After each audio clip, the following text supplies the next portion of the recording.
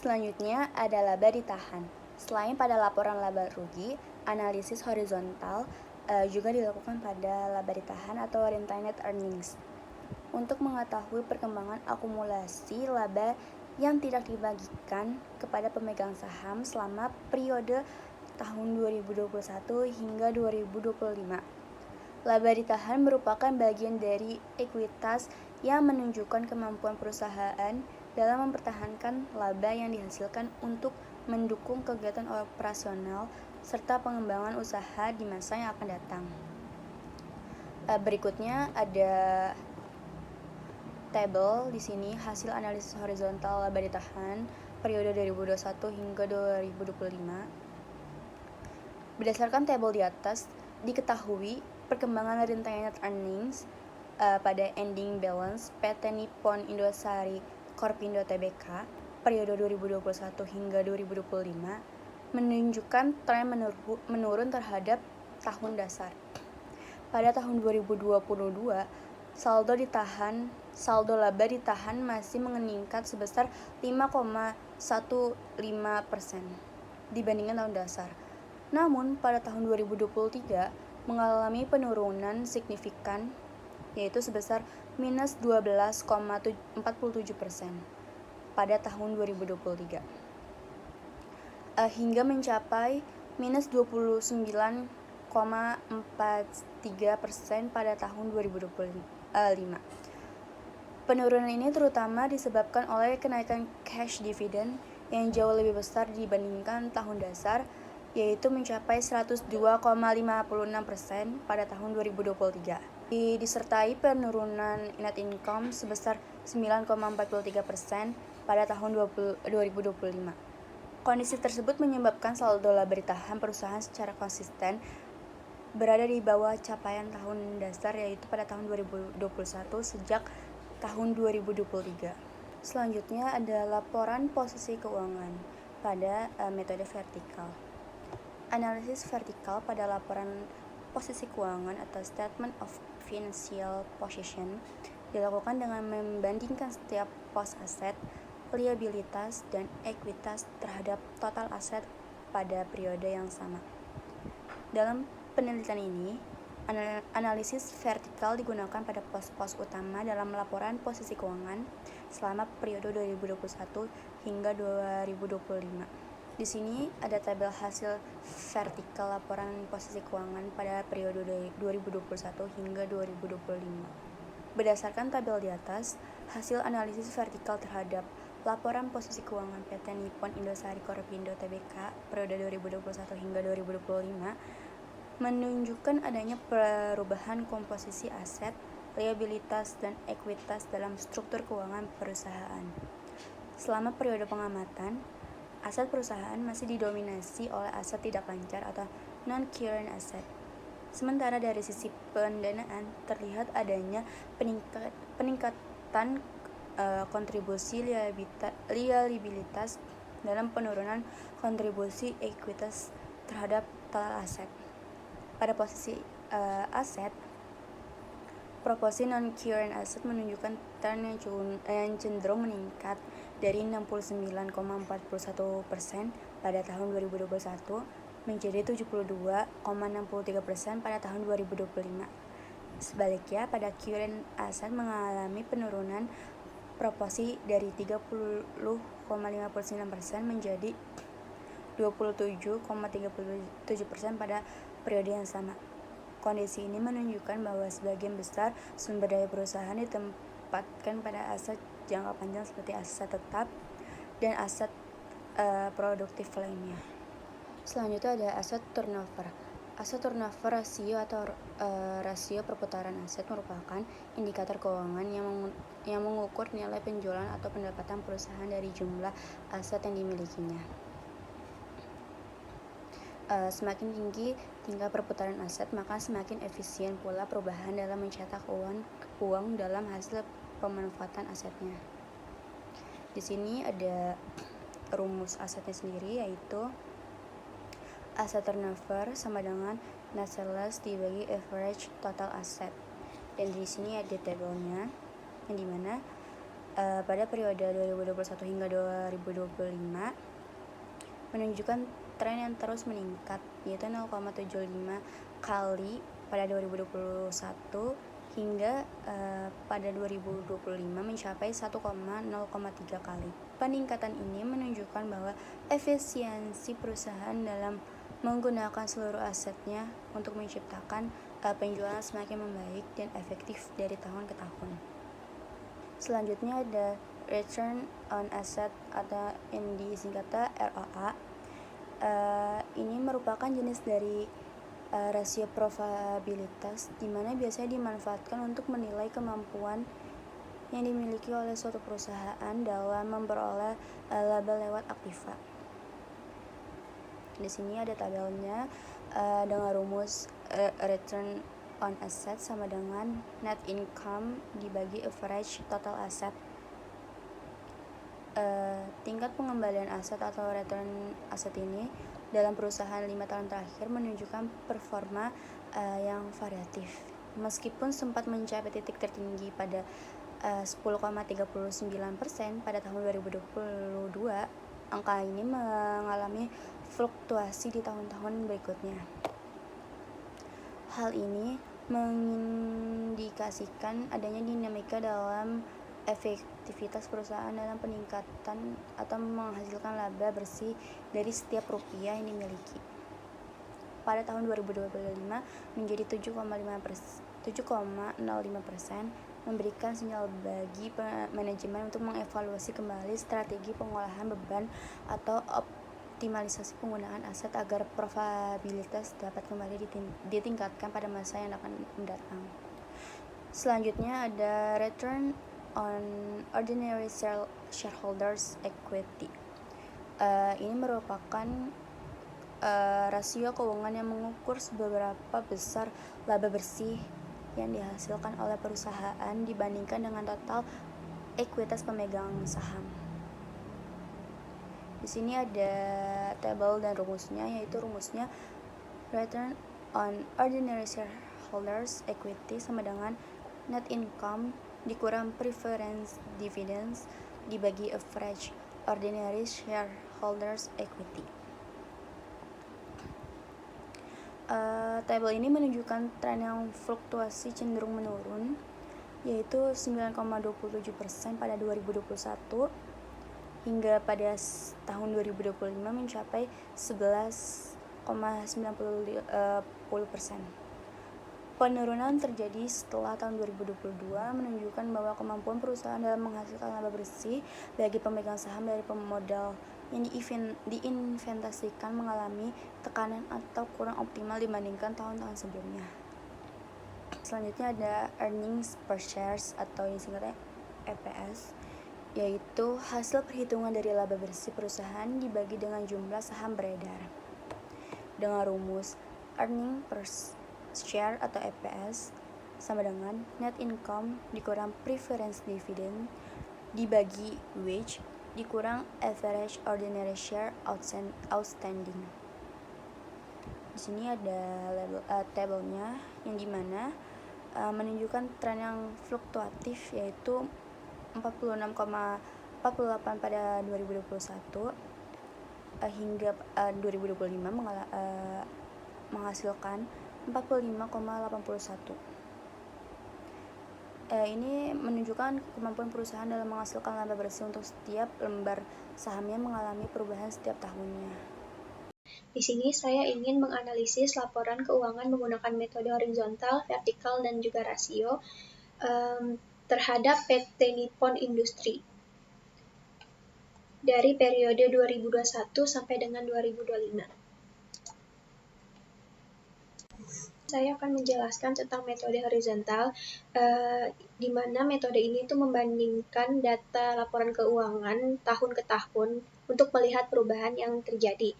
Dan di sini tahun 2021 itu sebagai base year-nya untuk menganalisa periode 2001 sampai dengan 2025.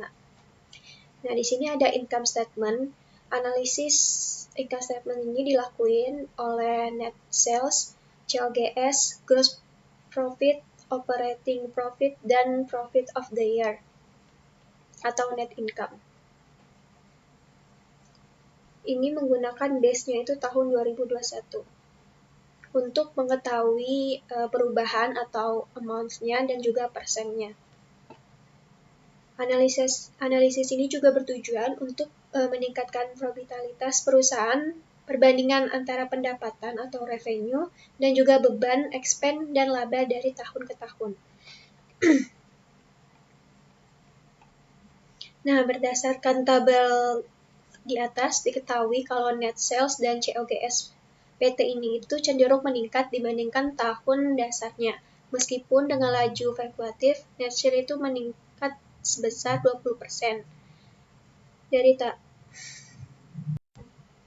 Net sales-nya itu meningkat 20% pada tahun 2022, 16% pada 2023, 20% pada 2024, dan melambatnya itu menjadi 14% pada tahun 2025.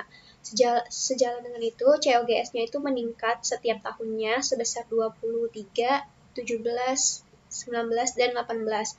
Kondisi ini menunjukkan bahwa kenaikan biaya produksi cenderung sejalan, bahkan pada beberapa periode itu melebihi pertumbuhan jualannya dan mengidentifikasi adanya tekanan pada biaya bahan baku dan produksi perusahaan. Untuk gross profit-nya itu turun mengalami peningkatan sepanjang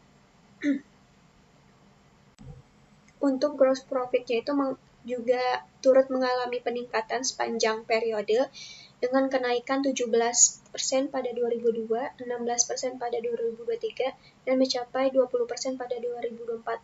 Tapi melambat pada 2025 itu sekitar 20%. Perlambatan ini disebabkan oleh kenaikan COGS yang relatif lebih tinggi dibandingkan dengan pertumbuhan net sales pada tahun tersebut, sehingga margin laba kuartalnya itu mengalami tekanan. Operating profit dan net income-nya itu menunjukkan tren fluktuatif, bahkan mengalami penurunan pada 2025. Nah, untuk operating profit-nya itu meningkat 55% tahun 2022, 16% tahun 2023, 26% pada 2024, namun turun jadi 6% pada 2025. Pola ini juga sama kayak net income tadi, meningkat 52, 18, terus 28, namun turun pada akhir tahun yaitu 9%.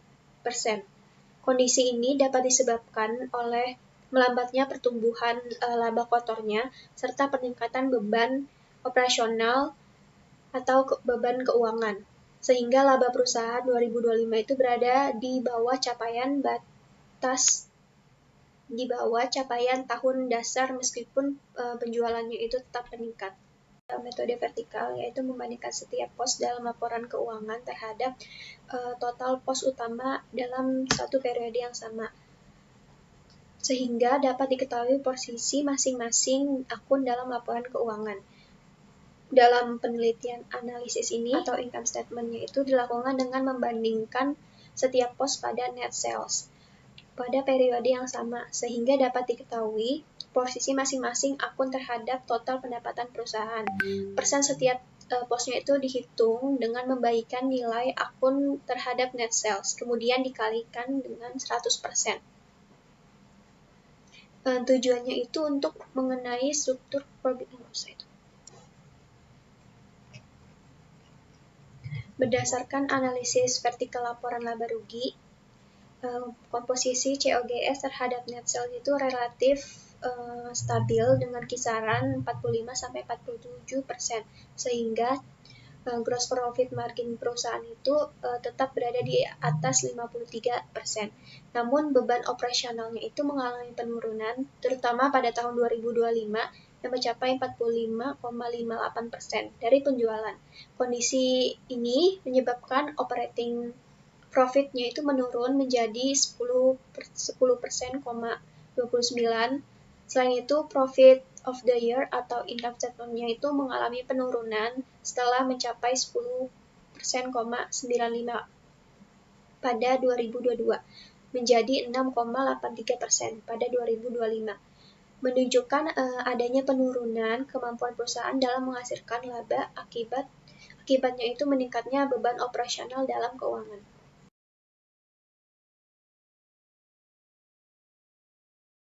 Profitability, saya mengerjakan price to earning, yaitu mengukur harga saham dibandingkan dengan laba per saham perusahaan.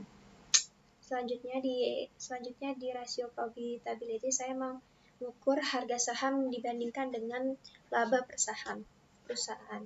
Untuk rumusnya yaitu ada market price per share dibagi dengan earning per share. Untuk market price per share-nya itu bisa didapatkan melalui website investment.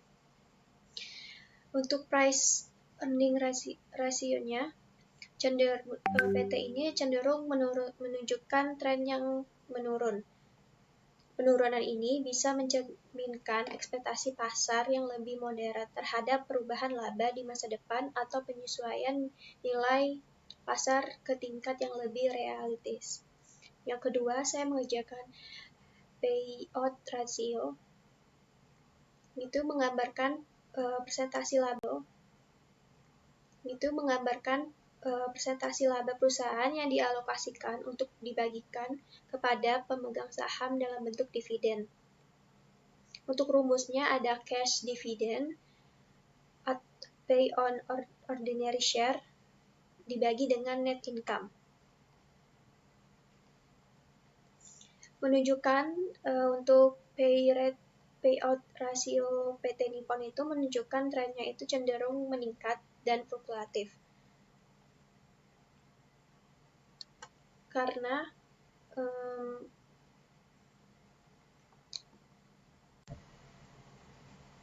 angka rasionya itu seringkali melebihi 100% untuk mengidentifikasi bahwa perusahaan memiliki kebijakan dividen yang sangat agresif, di mana jumlah dividen yang dibayar kepada pemegang saham dalam beberapa waktu terakhir itu lebih besar daripada laba bersih yang dihasilkan pada tahun berjalan.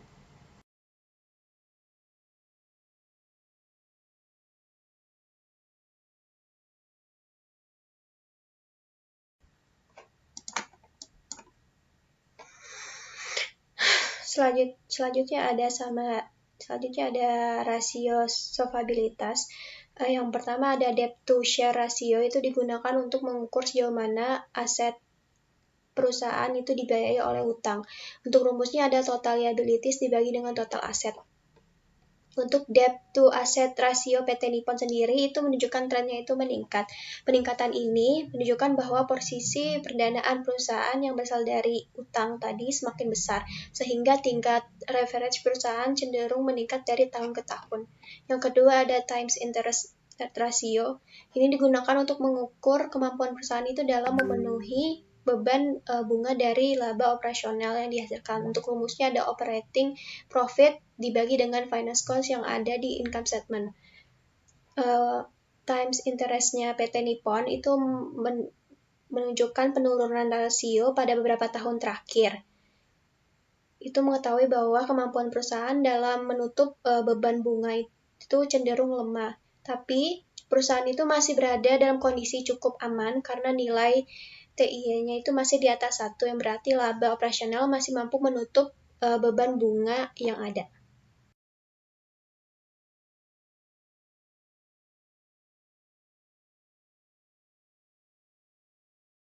Kemudian dari saya terhadap project ini, saya akan rate diri saya 8,5 karena saya cukup banyak berkontribusi dalam mengerjakan project satu ini. Ada Excel, Word, dan juga grafik. Terima kasih. Assalamualaikum warahmatullahi wabarakatuh. Nama saya Randy Zanuardi, NIM 2025011054. Di sini saya ingin menjelaskan hasil analisis dari tugas kelompok kami untuk PT Nippon Indosari Korpindo. Dalam penyusunan analisis ini, saya bertanggung jawab untuk menganalisis pergerakan akun-akun pada neraca di Statement of Financial Position. Ini saya ada di bagian horizontal analisisnya. Selain itu, saya juga bertanggung jawab dan menghitung dan menganalisis rasio likuiditas yang mencakup current ratio, asset test ratio, akun receivable turnover, dan inventory turnover. Serta satu lagi profitabilitas, yaitu profit margin. Sebelumnya, jika saya diminta untuk menilai kinerja saya sendiri selama melakukan analisis ini dari kelompok saya ini, saya akan memberikan nilai baik untuk diri saya sendiri atau 80. Alasannya saya tidak cuma sekedar melakukan perhitungan-perhitungan yang matematis, tapi juga saya mencari insight-insightnya kayak analisis-analisis dan alasan-alasannya. Saya juga membaca catatan atas laporan keuangannya dan mengidentifikasi semua apa yang terjadi dalam perusahaan ini. Selanjutnya, saya akan memaparkan hasil analisis horizontal dari laporan Statement of Financial Position untuk PT Nippon Indosari Kopindo dari tahun 2021 hingga 2025. Di sini kita menggunakan base year atau tahun dasarnya itu di tahun 2021. Secara garis besar, postur keuangan perusahaan menunjukkan pergeseran fundamental. Terjadi penyusutan pada sisi kekayaan bersih dan total asetnya, yang secara beriringan atau bersamaan ditambah peningkatan ketergantungan kepada kewajiban jangka pendek atau current liability. Kita akan lanjut membahas 3 pos utama di laporan ini. Yang pertama ada kelompok aset. Memasuki tahun 2025 ini, total aset perusahaan mencatatkan penyusutan kumulatif sebesar minus sekitar 15,59%. Kontraksi ini didukung atau didorong oleh 2 pos utama, yaitu current aset yang terkoneksi atau turun tajam hingga minus 24,46%, serta non-current aset yang memiliki penurunan sebesar minus 11,69%. Ditinjau dari aktivitas operasionalnya, penyusutan pada kelompok aset ini mengindikasikan bahwa penyerapan kas, penyerapan aset, serta beban penyusutan tidak diimbangi dengan laju penambahan aset baru sepanjang periode pengamatan. Kita lanjut ke kelompok liabilitasnya. Ini berbanding terbalik dengan kelompok aset yang tadi. Kan asetnya tadi sedang menyusut atau tergerus, sementara liabilitiesnya itu mencatatkan ekspansi atau penambahan sebesar 12,94% di tahun 2025 ini. Peningkatan ini digerakkan secara dominan oleh pos current liabilitiesnya yang melonjak signifikan sampai 45,80%. Walaupun current liabilitiesnya berhasil ditekan turun sebesar minus 6,04%, porsi utang jangka pendek ini tetap mendominasi struktur kewajiban atau liabilitiesnya. Secara proyeksi resiko, melebarnya jarak antara kewajiban jangka pendek yang meroket di tengah ketersediaan current aset yang tadi menurun atau tergerus, memunculkan potensi resiko likuiditas yang memerlukan mitigasi khusus dari pihak manajemen perusahaan tersebut. Selanjutnya adalah kelompok equity atau post equity. Pada pos inilah tekanan finansial paling mendalam terekam, di mana total equity-nya tuh menurun hingga minus 28,74% di akhir tahun 2025. Pengerobosan atau penurunan basis modal ini dipicu oleh 2 keputusan finansial utama. Yang faktor utamanya adalah tingginya aktivitas pembelian kembali saham atau share buyback. Hal ini terkonfirmasi dari pos atau akun treasury stock yang melonjak tajam sebesar 92,26%. Karena treasury stock diklasifikasikan sebagai akun kontra ekuitas, maka penambahan pada pos ini atau akun ini secara otomatis mengurangi atau mereduksi total ekuitas bersih perusahaan. Faktor keduanya itu terkoreksinya pos retained earning menjadi minus 29,43%. Penurunan ini merupakan dampak simultan dari melambatnya pertumbuhan laba bersih tahun berjalan yang dikombinasikan dengan tingginya rasio pembayaran dividen ke para pemegang saham di tahun sebelumnya. Sebagai kesimpulan, mengecilnya postur keuangan di PT ini dari 2021 hingga 2025 bukan disebabkan oleh kegagalan bisnis, melainkan hasil dari keputusan manajemen yang gencar untuk mengembalikan dana kepada para investor atau pemegang saham lewat buyback saham tadi sama pembayaran dividen, dengan konsekuensi mengorbankan aset lancar dan utang jangka pendek atau current liabilities. Memasuki metode analisis berikutnya, saya akan membahas rasio analisis, khususnya pada kelompok liquidity ratio. Secara umum, rasio likuiditas digunakan untuk menilai kemampuan perusahaan dalam memenuhi kewajiban jangka pendeknya. Rasio pertama yang akan saya bahas atau analisis di sini adalah current ratio. Rasio ini mengukur seberapa mampu aset lancar yang dimiliki perusahaan menutupi semua liabilitas lancarnya atau current liability-nya. Rumus yang digunakan juga cukup sederhana dan mudah, yaitu current asset dibagi dengan current liabilities. Jika kita melihat data PT Nippon Indosari Kopindo ini, selama periode 2021 hingga 2025, angka current ratio menunjukkan tren penurunan yang sangat konsisten. Pada tahun 2021, perusahaan mencatatkan rasio yang sangat kuat di level 2,65. Namun angka ini terus menyusut menjadi 2,10 pada tahun 2022, turun ke 1,74 pada tahun 2023, terus 1,71 pada 2024, hingga menyentuh titik terendahnya di level 1,37 pada tahun 2025. Berdasarkan analisis pada laporan ini,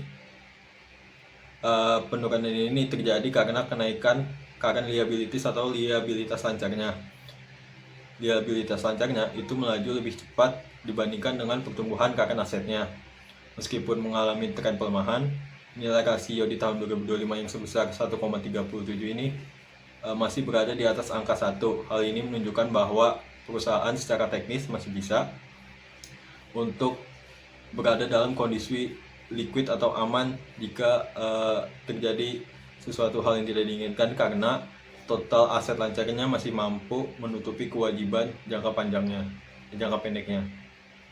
Namun ada insight yang saya ingin sampaikan di balik angka tersebut. Penurunan rasio dari 2,65 menjadi 1,37 berarti perusahaan telah mengalami pemangkasan bantalan pengaman likuiditas atau safety marginnya sebesar 48,30% dalam 5 tahun terakhir doang.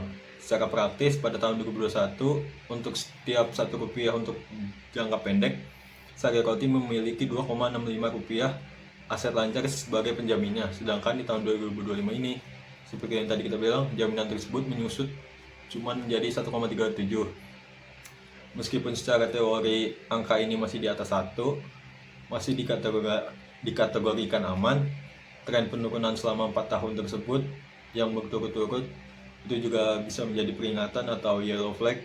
Hal ini mengonfirmasi bahwa temuan horizontal analisis pada neraca sebelumnya bahwa operasional perusahaan semakin berekspansi menggunakan uang utang jangka pendek di saat aset lancarnya sedang menyusut. Kedepannya manajemen perlu lebih berhati-hati mengelola modal kerja agar pelemahan ini tidak mengganggu fleksibilitas arus kas hariannya.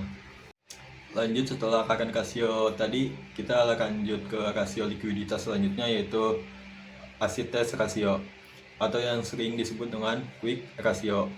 Perbedaan mendasar antara rasio ini dengan current ratio yang tadi kita bahas adalah tingkat likuiditas yang diukur dengan asetnya. Acid test ratio mengukur kemampuan perusahaan dalam memenuhi kewajiban jangka pendeknya tanpa memperhitungkan persediaan atau inventorinya. Mengapa inventorinya kita keluarin?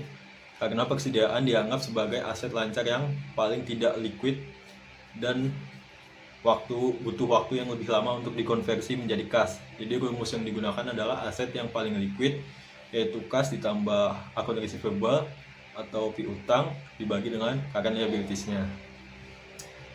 Hasil perhitungan acid test ratio di PT Nippon Indosari Kopindo ini menunjukkan pola penurunan yang serupa, namun dengan kemerosotan yang jauh lebih tajam dari yang sebelumnya. Pada tahun 2021, rasio ini berada di level yang sangat aman, yaitu 2,36.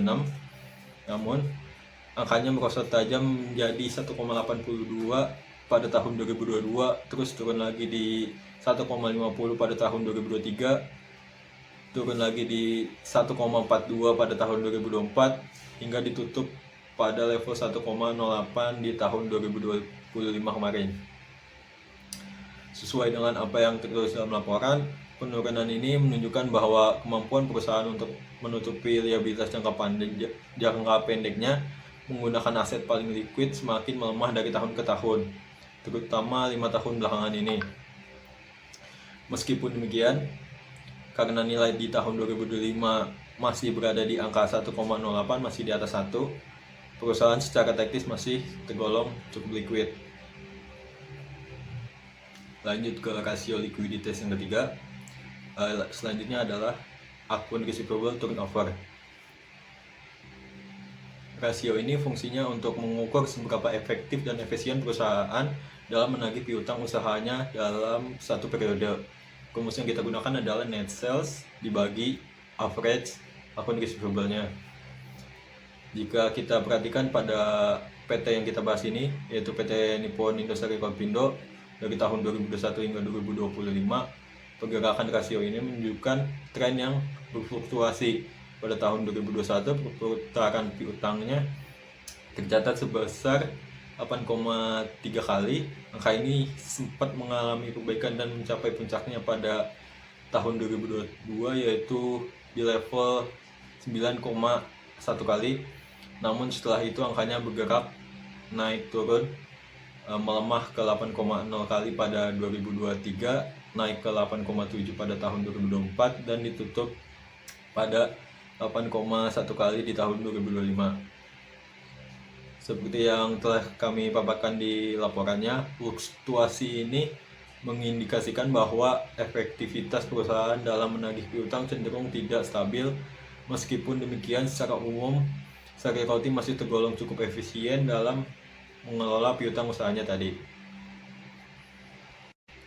Lanjut ke rasio likuiditas yang terakhir saya kerjakan atau saya tanggung jawabin, yaitu inventory turnover atau rasio perputaran persediaan. Rasio ini digunakan untuk mengukur seberapa efisien perusahaan dalam mengelola dan memutar persediaannya melalui penjualan dalam satu periode. Rumus perhitungannya adalah cost of goods sold atau COGS dibagi dengan average inventory-nya. Jika kita melihat PT Nippon Indosari Kopindo yang saya analisis pada periode 2021 hingga 2025, inventory turnover-nya menunjukkan tren yang terus menurun sama seperti rasio sebelum-sebelumnya. Pada tahun 2021, perputaran persediaan berada di angka 13,44 kali. Sempat sedikit membaik ke level puncaknya pada tahun 2022, yaitu sebesar 13,89 kali.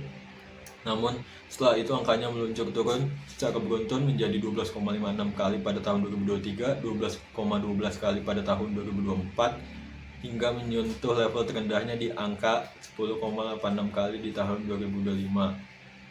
Seperti yang dijelaskan dalam laporan, tren penurunan ini menunjukkan bahwa efisiensi perusahaan dalam mengelola persediaannya cenderung semakin melemah karena perputaran barang di gudang menjadi semakin lambat tahun ke tahunnya. Terakhir, sebagai penutup dari analisis rasio saya, kita melangkah ke kelompok profit. Sebagai penutup dari analisis rasio saya, kita beralih ke kelompok profitability rasio. Berbeda dari sebelumnya.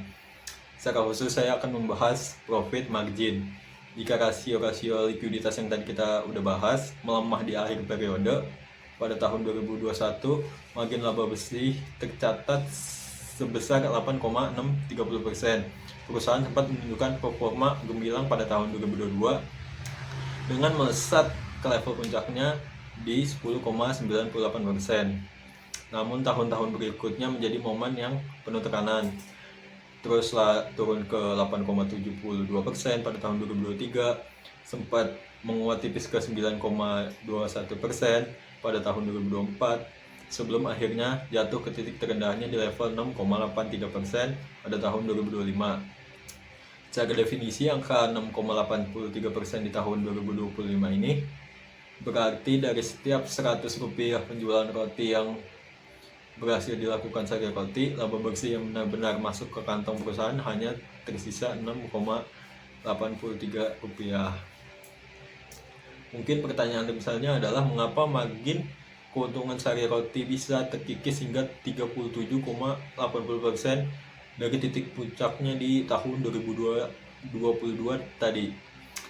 Jika kita melakukan cross check dengan tabel vertical analysis pada income statement di bab sebelumnya, jawabannya sangat jelas. Pemicu utamanya adalah kegagalan penjualan, melainkan pembengkakan pada pos operating expense atau beban operasionalnya. Pada tahun 2022, proporsi beban operasional berhasil ditekan di level 38,57% dari penjualan. Namun pada tahun 2025 ini, angka ini membengkak tajam hingga menyerap 45,58% dari total pendapatan perusahaan. Kondisi ini makin diperparah oleh naiknya net finance cost atau beban bunga akibat tingginya ketergantungan utang, karena utang pendeknya tadi juga meningkat seperti yang udah saya bahas. Terus benang merahnya terhubung dengan sangat sempurna tingginya beban operasional ditambah beban bunga utang jangka pendek, pada akhirnya menggerogoti kemampuan Seri Roti dalam mengkonversi penjualannya menjadi laba.